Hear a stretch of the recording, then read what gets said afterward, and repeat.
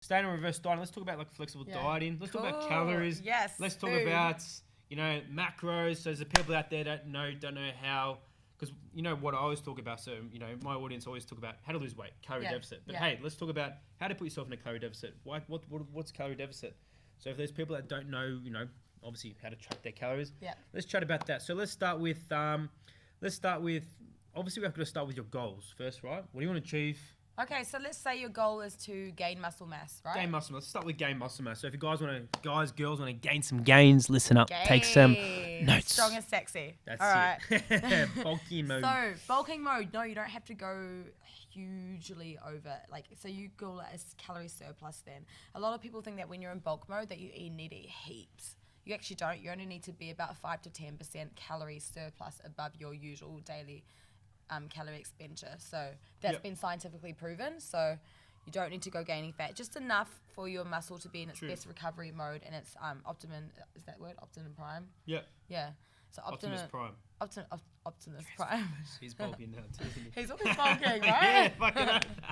Look how strong he is. Yeah, so yeah, that's cool. So let's talk about calorie surplus, calorie maintenance, calorie deficit. Talk about that. So let's just say how to work out if you are going to be in a calorie surplus. Let's start with TDEE, total daily energy expenditure. Yeah. How to work out that? What makes up the TDEE? Okay. What makes it up? Okay. So obviously you've got a physical activity. That's your so that's physical obviously activity. your training. And then you've got your NEAT, which is your non-exercise. And then your thermic body. Thermic effect on food. Yes, that's it. So obviously, let's go thermic effect of food. So guys, obviously when you eat, your body has to digest. But how to digest it requires energy to obviously break down those foods and to store them in your liver, your muscles and stuff like that. Which that obviously burns calories as well. That's correct. That's why I get my clients and other people as well. If you are cutting, they say new research says protein actually actually helps burn more calories. Yeah. Yeah, it takes because longer it's to harder digest. for your body to digest, so then your body's going to naturally use more calories to digest it. If you're eating something like super easy to digest all the time, you're just living a protein shakes. Yeah. So obviously for guys that have been cutting out, they're not talking about bulk at the moment, but if you guys are cutting out there, obviously having a high protein diet, that's why a lot of people have high protein diet when they're cutting. Obviously it takes longer to break down those proteins, which is going to burn more calories as well. So obviously now we got so we done NEAT, physical activity, thermic effect on food, even your BMR as well. So so how much your body actually just naturally burns per day. So it burns at if rest, you were lying down in bed at day during the hospital, you could, like most girls, like for me, I think my resting is like 1400. So I could lie down and do nothing completely all day and eat 1400 calories of food per day, and I wouldn't gain any body fat at all. I would just stay the same. Definitely, yeah. So your BMR is like kind of just laying down, doing nothing. Nothing. Yeah, so it's like your It's your heart beating. Your blood getting your pumped organs. throughout your body. So obviously your body's burning a shitload of calories as well. So yours is 14, mine's like 17. You guys can work that out with your coach as well. So and your NEAT is like your steps. So if you guys go on Google, you can actually type in like roughly and calculate how many steps per day and how many calories that burns, because then you can, if you don't have time to go to the gym or you don't have a gym nearby, increasing your steps is something that can increase your calories. And if you want to eat more, so it's a non-exercise activity, thermogenesis, isn't it? I think that's the one.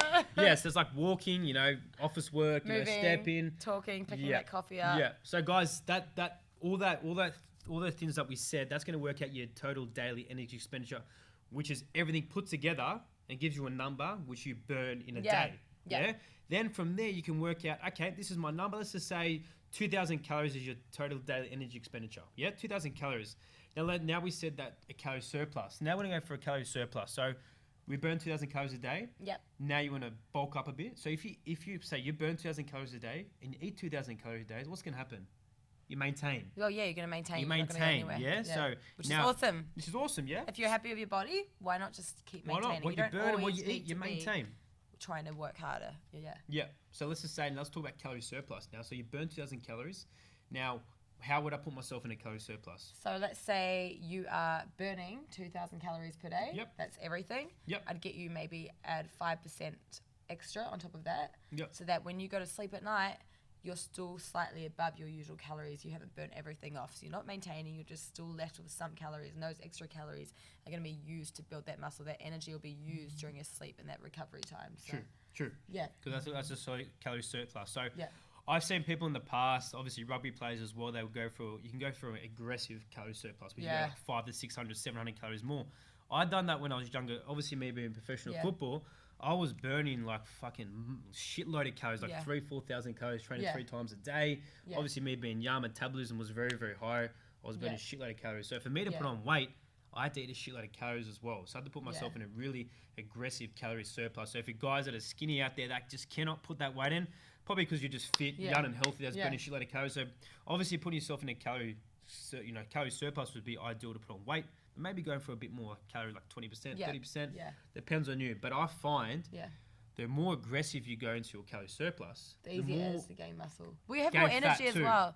Gain fat, but also like when you're doing your surplus, you can do really heavy weight training. You can do intense training. Like right now, I'm on such low calories. There's no way that I'm going to go smash out heavy deadlifts and heavy barbell Bulgarian split squats because I can't. Yeah, you're going to burn your nervous system out. Yeah, exactly. So when I'm in a surplus, I'm going to be smashing all those heavy compound exercises because I have so much energy to use. Definitely. So that's calorie surplus, guys. So if you guys want to be putting on gains, calorie surplus is definitely the key. So obviously work out your TDEE and then go from there. So obviously maintenance, what you burn, what you eat, maintain. Let's talk about calorie deficits. That's probably half the population now at the moment that kind of want to lose that body fat. Pretty much. So let's talk about calorie deficit. How do you put yourself in a calorie deficit? So let's just stick to 2,000 yourself calories. in a calorie deficit, you probably want to be in at least a 15% calorie deficit to see results. Cool.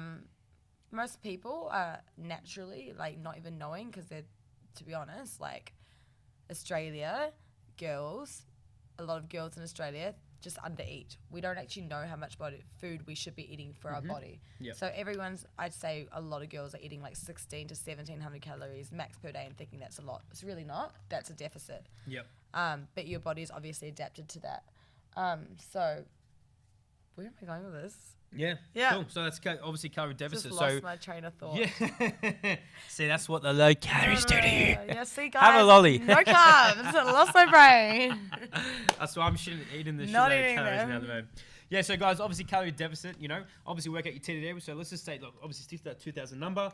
Now, if you obviously want to put yourself in the calorie deficit, you can drop it from there.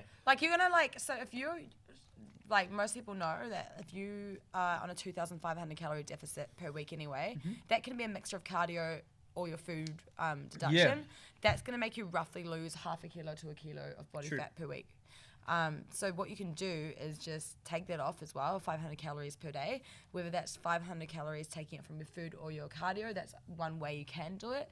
Other ways you can just deduct a percentage from your TDEE as well and figure that out that way. Yeah.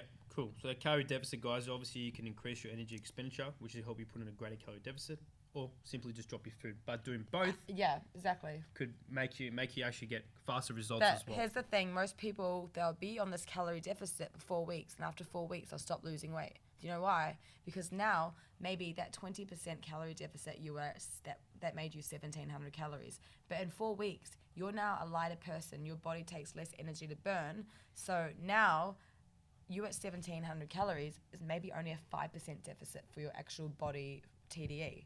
So you have to keep taking it off your TDEE, which is why it's so important to keep calculating your TDEE and then deducting from that, because it's going to change. True. If let's say you're burning 2,000 calories per day because you weigh this much weight, and then you're on eating 1,600 calories per day, 8 weeks later, you lose heaps of weight, you lose muscle, you lose body fat, whatever it is. Now your body is actually naturally only burning 1,600 calories per day, and you're still eating 1,600. You're not maintaining. So you end up maintaining. You need to deduct again off that. True. That's why I recommend if someone's going to calorie deficit, I would prefer a slow cut. 100%. What I see a lot of people do, they drop their calories they do an aggressive cut. They drop their calories so low.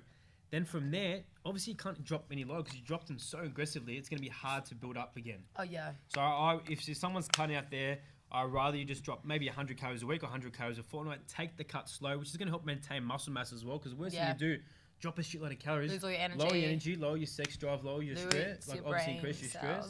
And the next minute you just become that skinny looking person, which I see all the time as well. Yeah. You know what I mean? So Yeah. yeah.